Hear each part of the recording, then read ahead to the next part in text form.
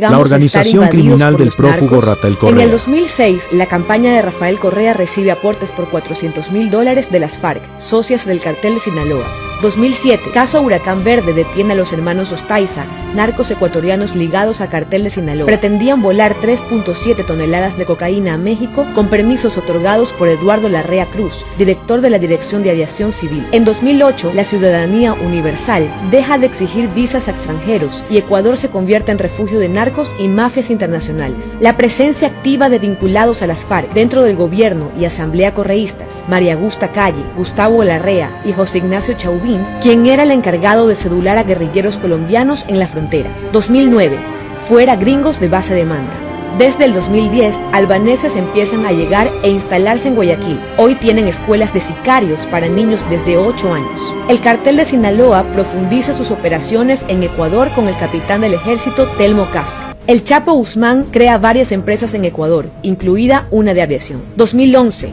La reforma judicial permite al correísmo ubicar jueces que en su mayoría fallan a favor del gobierno y el crimen organizado. Narcojueces, narcovalija, caso asociado a Pierina Correa y Ricardo Patiño. La culpa fue de los perros, dijo el ex canciller. Narcoavionetas, caso Resurgir involucra a Gregorio Tello Mejía y Marco Chávez, secretario de Alianza País en Europa. Aviones de propiedad de Eduardo y Juan Pablo Larrea fueron retenidos en Estados Unidos por la DEA en 2014. 2015. Se crean grandes presidios en Guayaquil, Cuenca y Cotopaxi. 2016.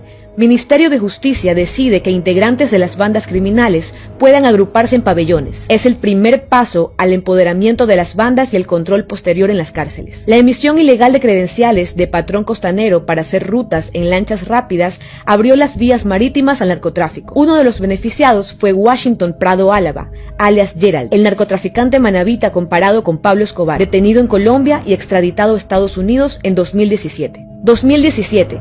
Lenín Moreno llega al poder y rompe con Correa, que empieza ataques sistemáticos pidiendo su salida. Glass es enjuiciado y sentenciado al igual que Correa y otros exfuncionarios un año después.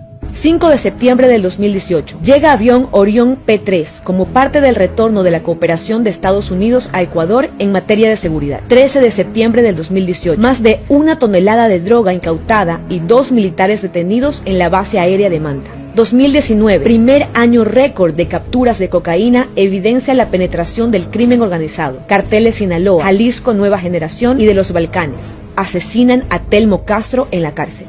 2019. Intento de golpe de Estado concertado por brazo radical antidemocrático del movimiento indígena, correístas, guerrillas urbanas y financiado por economías ilegales que se benefician de gasolina subsidiada. No es coincidencia. 23 de febrero del 2021. Primera masacre carcelaria por guerras entre bandas tras vacío de poder por asesinato de alias Rasquiña. 79 asesinados en 3 motines simultáneos. Regional Guayas, Turi y La Tacunga. No es coincidencia. 2021. Asesinan a Harrison Salcedo, abogado de Rasquiña, Jorge Glass y otros políticos del correísmo.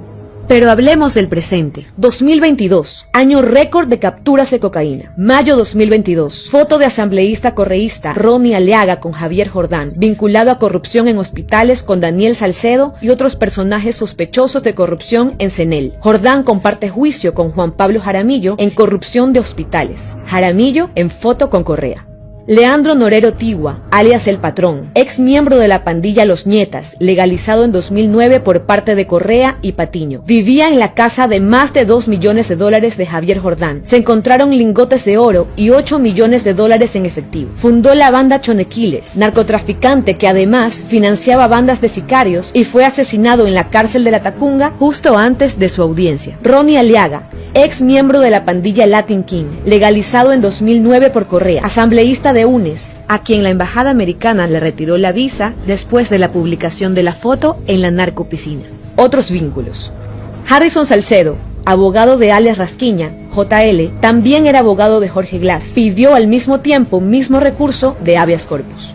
Juez que otorgó habeas corpus a J.R. Roldán aparece junto a Jorge Glass al día siguiente. Juez de Santo Domingo que otorgó medidas cautelares a Glass es el mismo que liberó a 2 peligrosos narcos causantes de masacres carcelarias. Así fue como la narcopolítica se tomó todas las instituciones de nuestro país en más de 10 años. No fue casualidad, fue complicidad.